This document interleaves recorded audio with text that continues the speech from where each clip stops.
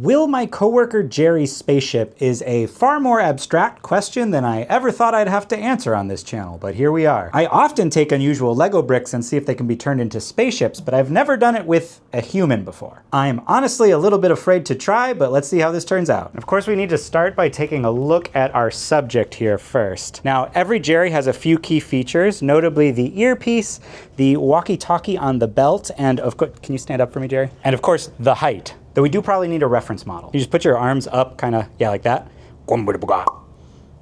Perfect. So we've got our reference Jerry, but the question is, how do we make him less of a guy and more of a spaceship? I think we start by replacing the face with the windscreen of a cockpit, add a chin, a little bit of hair. Sorry, Jerry. A torso is just kind of like a big column onto which you can put arms. In the same way that a spaceship is just kind of a big column that you put wings onto. We give ourselves a lot of studs to work with, along with a little nod to the undershirt. And then we can add a little belly, aka cargo bay, some little flaps here that kind of give the impression of a collared shirt. This is the world's first business casual spaceship. Widen the sides just a little bit. Again, sorry, Jerry, making sure we put some studs up here so that we can add a sleek and aerodynamic top, just like on the real deal. Whoosh! That was a little pre-swoosh teaser there. And unfortunately, there's no real way around this. The wings are his arms. We're gonna stack up some of these, strategically place some snot bricks on the bottom, and then attach these studs with little bars on the underside, all across the bottom here, so that we can attach it to these clips and angle it down just a little bit. This is already looking cursed, and I love it. Add the sleeves. We'll put more studs up here so that we can wrap it with gray, so that we can add cool sci-fi greebling, aka a watch. Now, we want to imply hands here without actually building just hands on a spaceship. So I build a little staircase and attach it here, and then a little smooth tiling detailing to kind of imply fingers, but in a really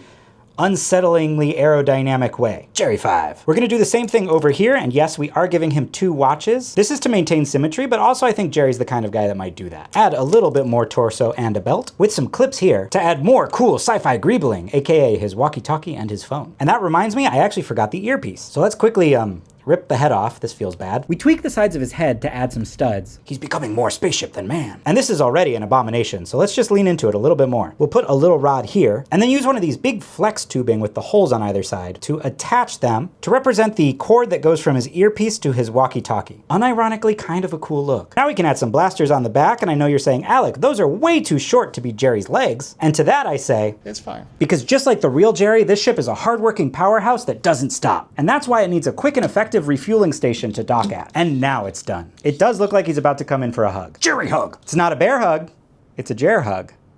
Ha! Of course, we're not done until we test the swooshability of the ship, but you know I can't be the one to test this. Jerry! I have to go get him. Also, I've again accidentally made a video way too long, so follow to see his reaction in the swoosh.